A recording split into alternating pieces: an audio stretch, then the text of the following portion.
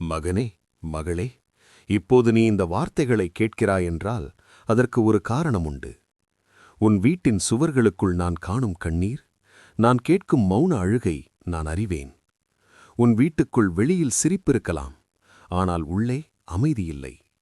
ஒருவருக்கொருவர் பேசுகிறீர்கள், ஆனால் புரிந்து கொள்வது இல்லை. அதே வார்த்தைகள், அதே சண்டைகள், அதே வலி, மீண்டும் மீண்டும். ஆனால் இன்று நான் சொல்கிறேன், உன் வீட்டுக்குள் நான் சமாதானத்தை கொண்டு வருகிறேன். நீ நினைக்கிறாய், இது முடியுமா? எத்தனை முறை முயற்சி செய்தேன், எத்தனை முறை பொறுத்தேன்.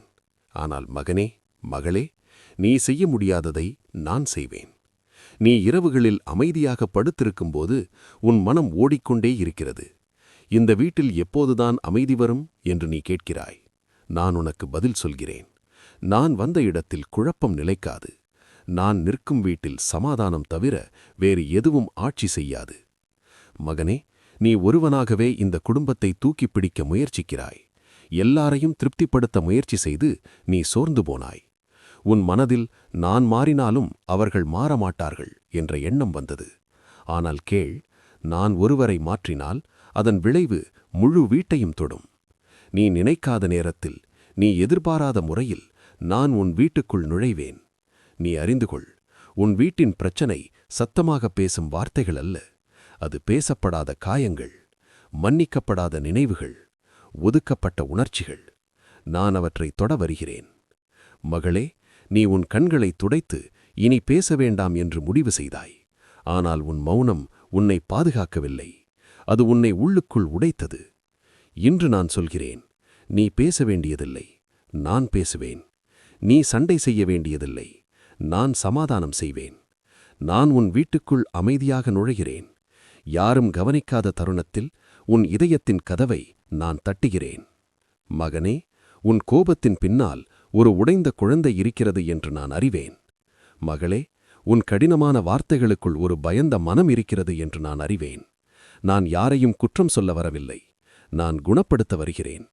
இன்று நான் உன் வீட்டில் சொல்கிறேன், போதும், போதும் இந்த கசப்பு, போதும் இந்த வன்மம், போதும் இந்த பழைய காயங்கள். நான் புதியதை தொடங்குகிறேன். உன் வீட்டின் காற்று கூட மாறும். அதே அறைகள், அதே மனிதர்கள், ஆனால் ஒரு புதிய அமைதி அங்கே இருக்கும். நீ கேட்பாய், இது எப்போது நடக்கும்? நான் சொல்கிறேன், நீ என்னை அனுமதிக்கும் தருணத்தில். நீ எல்லாவற்றையும் என் கைகளில் ஒப்படைக்கும்போது, நீ கர்த்தாவே, நான் தோற்றுவிட்டேன் என்று சொல்வது தோல்வி அல்ல, அது ஆரம்பம். மகனே, நீ உன் குடும்பத்துக்காக நிறைய ஜெபித்தாய். ஆனால் உன் ஜெபத்தில் நீ உன்னை மறந்தாய். இன்று நான் உனக்கு ஓய்வு கொடுக்கிறேன். என் சமாதானம் இந்த உலகம் தருவது போலல்ல. அது சூழ்நிலை மாறினால் மாறும் சமாதானம் அல்ல. அது புயலின் நடுவிலும் நிலைக்கும் சமாதானம். இன்று நான் உன் வீட்டின் வாசலில் நிற்கிறேன். நான் கதவை உடைத்து நுழைய மாட்டேன். நீ திறந்தால் போதும். ஒரு சிறிய ஜெபம், ஒரு ஆழ்ந்த நிசப்தம், ஒரு கண்ணீர், அதுவே எனக்கு போதும். நான் சொல்கிறேன், உன் வீட்டுக்குள் சமாதானம் வரும். உன் பிள்ளைகளின் முகத்தில் பயம் கரையும். உன் வாழ்க்கைத் துணையின் கண்களில் மென்மை திரும்பும். உன் வார்த்தைகளில் கடுமை குறையும். இது உன் முயற்சியால் அல்ல, இது என் கிருபையால். இப்போது ஒரு நிமிடம் அமைதியாக இரு. உன் உள்ளத்தில் என் நாமத்தை அழை. இயேசுவே, நான் இங்கே இருக்கிறேன். உன் வீட்டுக்குள் நான் சமாதானத்தை கொண்டு வருகிறேன். மகனே, மகளே, நீ இன்னும் இங்கே இருக்கிறாய்.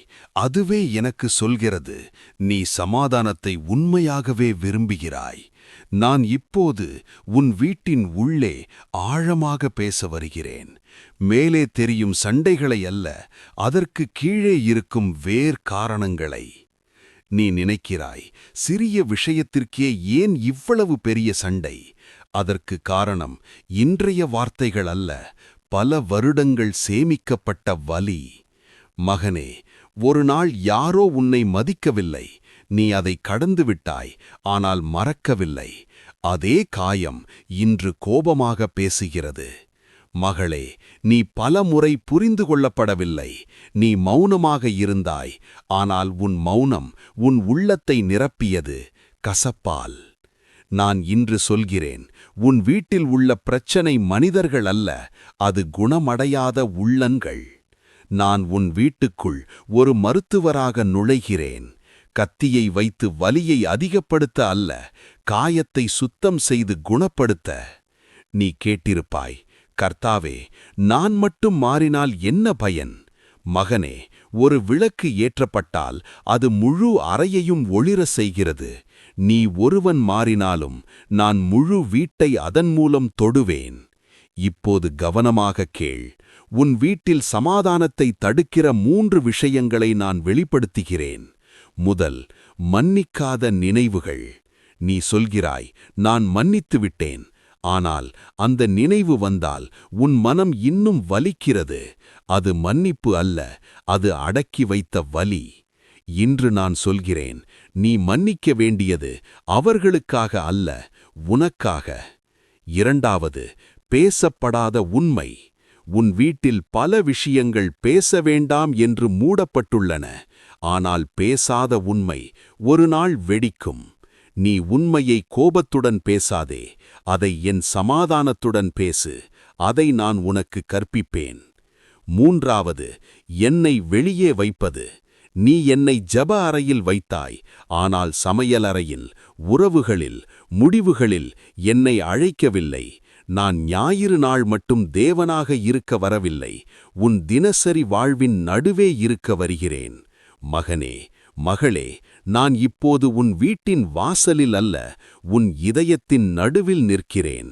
நீ எல்லாவற்றையும் சரி செய்ய வேண்டாம், நீ எல்லாரையும் மாற்ற வேண்டாம். ஒரே ஒரு விஷயம் செய், என்னை அனுமதி. நீ சொல்கிறாய், இயேசுவே, இந்த வீட்டை நான் முடியவில்லை, நீ எடுத்துக்கொள். அந்த ஒரு வாக்கியம் என்னை அதிகாரத்துடன் உன் வீட்டுக்குள் நுழையச் செய்கிறது. நான் உன் வார்த்தைகளில் மென்மை வைப்பேன், நான் உன் கேள்விகளில் பொறுமை வைப்பேன், நான் உன் மௌனத்தில் அமைதி வைப்பேன். மாற்றம் ஒரே நாளில் அனைவரிடமும் தெரியாமல் இருக்கலாம், ஆனால் உன்னிடமிருந்து அது ஆரம்பமாகும். ஒரு நாள் நீ கவனிப்பாய், அதே மனிதர்கள், ஆனால் சண்டையில்லாமல், அதே வீடு, ஆனால் கனத்தமில்லாமல். அது உன் பலத்தால் அல்ல, அது என் சமாதானத்தால். இப்போது நான் உனக்கு ஒரு ஜெபம் தருகிறேன். இயேசுவே, என் வீட்டில் நான் புரியாத எல்லா வழிகளையும் உன் கைகளில் வைக்கிறேன். என் இதயத்தை முதலில் குணப்படுத்து, அதன் வழியாக என் வீட்டை மாற்று. உன் சமாதானம் என் வீட்டை ஆட்சி செய்யட்டும். ஆமேன்.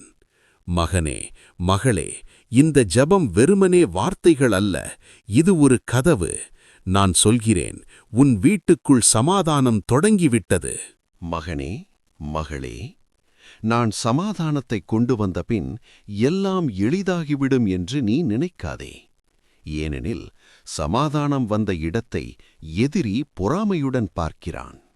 நான் சொல்கிறேன், அமைதி வந்தவுடன் அதை காக்க வேண்டியது முக்கியம். நீ கவனிப்பாய், சிறிய வார்த்தைகள் மீண்டும் தீப்பொறியாக மாற முயற்சிக்கும். பழைய விஷயங்கள் திடீரென நினைவுக்கு வரும். முன்பு இப்படித்தான் நடந்தது என்று உன் மனம் சொல்லும். அது சோதனை. அது உன்னை மீண்டும் பழைய இடத்துக்கு இழுக்க வரும் அழைப்பு. ஆனால் மகனே, மகளே, நான் உனக்கு அதை எதிர்க்கும் அதிகாரம் கொடுத்துள்ளேன். நான் உனக்கு ஒரு ரகசியத்தை சொல்கிறேன். சமாதானத்தை உடைப்பது பெரிய சண்டை அல்ல, சிறிய பெருமை. நான் சரி, அவர்தான் தவறு, முதலில் அவர் மாறட்டும். இந்த 3 எண்ணங்கள் சமாதானத்தின் கதவுக்கு அருகில் காத்திருக்கின்றன. நீ அவற்றை உள்ளே அனுமதித்தால் அமைதி மெதுவாக வெளியேறிவிடும். ஆனால் நான் உனக்கு சொல்கிறேன், நீ சரியா தவறா என்பதை விட உன் வீடு சமாதானமாக இருக்கிறதா என்பதே முக்கியம். மகனே, நீ ஜெயிக்க வேண்டிய போரம் இது அல்ல, நீ காக்க வேண்டிய ஆசீர்வாதம். இப்போது கவனமாக கேள். உன் வீட்டில் சமாதானத்தை நிலைத்திருக்கச் செய்யும் 3 ஆவிக்குரிய ஆயுதங்களை நான் உனக்கு தருகிறேன். முதல், மௌனத்தின் ஞானம். ஒவ்வொரு வார்த்தைக்கும் பதில் சொல்ல வேண்டியதில்லை. சில சமயங்களில் மௌனம் சமாதானத்தின் மொழி. நீ பேசாமல் இருந்தால் நீ தோற்றுவிட்டாய் என்று நினைக்காதே. நீ உன் வீட்டை பாதுகாக்கிறாய். இரண்டாவது, உடனடி மன்னிப்பு. பிறகு பேசலாம் என்று வலியை சேமிக்காதே. ஒரு சிறிய மன்னிக்கவும் ஒரு பெரிய சண்டையை முடிக்கும். மன்னிப்பு பலவீனமல்ல, அது ஆவிக்குரிய பலம். மூன்றாவது, என்னை நடுவில் வைப்பது. வாதத்தில் நீ ஒருபுறம், அவர் ஒருபுறம் நிற்க வேண்டாம். என்னை நடுவில் வை. இயேசுவே, இந்த வார்த்தையை நான் பேசலாமா என்று ஒரு வினாடி கேள். அந்த ஒரு வினாடி பல வருட வலியை தடுக்கக்கூடும். மகளே, நீ நினைக்கிறாய், எல்லாம் சரியாகிக் கொண்டிருக்கிறது, ஆனால் நான் இன்னும் உள்ளுக்குள் பயமாக இருக்கிறேன். நான் உனக்கு சொல்கிறேன், அது பழைய நினைவுகளின் நிழல், உண்மையல்ல. நான் சமாதானம் கொடுத்தால் அது திரும்ப எடுக்கப்படாது. நீ அதை கையில் பிடித்து நடக்க வேண்டும். உன் வீட்டின் காற்று மாறியதை நீ உணர்வாய். வார்த்தைகள் மென்மையாகும், கண்கள் பேசும், பிள்ளைகள் அமைதியாக இருப்பார்கள். அது சீரான குடும்பம் என்பதற்கான சாட்சி. மகனே, மகளே, உன் வீடு பூரணமாக இருக்க வேண்டியதில்லை. அது என் சமாதானத்தில் இருந்தால் போதும். இப்போது நான் ஒரு பாதுகாப்பு ஜெபம் உன் வாயில் வைக்கிறேன். இயேசுவே, நீர் கொடுத்த சமாதானத்தை என் வீட்டில் காக்க எனக்கு ஞானம் தா. என் வார்த்தைகள் அமைதியைக் கட்டட்டும், என் செயல்கள் அன்பை காட்டட்டும். இந்த வீட்டில் சமாதானமே ஆட்சி செய்யட்டும். ஆமேன். மகனே, மகளே, நான் சொல்கிறேன், உன் வீடு ஒரு சாட்சியாக மாறும். இவர்கள் முன்பு இப்படி இல்லை என்று மற்றவர்கள் சொல்வார்கள். அது உன் முயற்சி அல்ல, அது என் சமாதானம். மகனே, மகளே, இப்போது நான் உன் வீட்டின் இதயத்துக்கு வருகிறேன். அது யார் தெரியுமா? உன் பிள்ளைகள். அவர்கள் அதிகம் பேசவில்லை, ஆனால் அதிகம் உணர்கிறார்கள். நீ நினைக்கிறாய், நாங்கள் சண்டை போடுவது அவர்களுக்கு தெரியாது. ஆனால் மகனே, மகளே, அவர்கள் வார்த்தைகளை விட சூழ்நிலையை உள்வாங்குகிறார்கள். வீட்டில் சமாதானம் இல்லாதபோது ஒரு குழந்தையின் உள்ளத்தில் பயம் வளர்கிறது. இது என் தவறா என்ற கேள்வி அவர்களின் மனத்தில் மெதுவாக எழுகிறது. அதற்காகத்தான் நான் சமாதானத்தை கொண்டு வருகிறேன். நான் சண்டையை மட்டும் நிறுத்த வரவில்லை, நான் தலைமுறைகளை சீர் செய்ய வருகிறேன். மகனே, நீ உன் பிள்ளைகள் உன்னை பார்த்து என்ன கற்றுக்கொள்கிறார்கள் என்று நினைத்து பார்த்தாயா? நீ கோபத்தை எப்படி கையாளுகிறாய், வலியை எப்படி பேசுகிறாய், மன்னிப்பை எப்படி காட்டுகிறாய்? அதுவே அவர்கள் எதிர்காலம். இன்று நான் உனக்கு சொல்கிறேன், நீ உன் பிள்ளைகளுக்கு சரியான வீட்டை தர வேண்டியதில்லை. நீ அவர்களுக்கு பாதுகாப்பான இதயத்தை தந்தால் போதும். நீ ஒரு நாள் மௌனமாக இருந்தாய், கத்தாமல் வார்த்தையை நிறுத்தினாய்.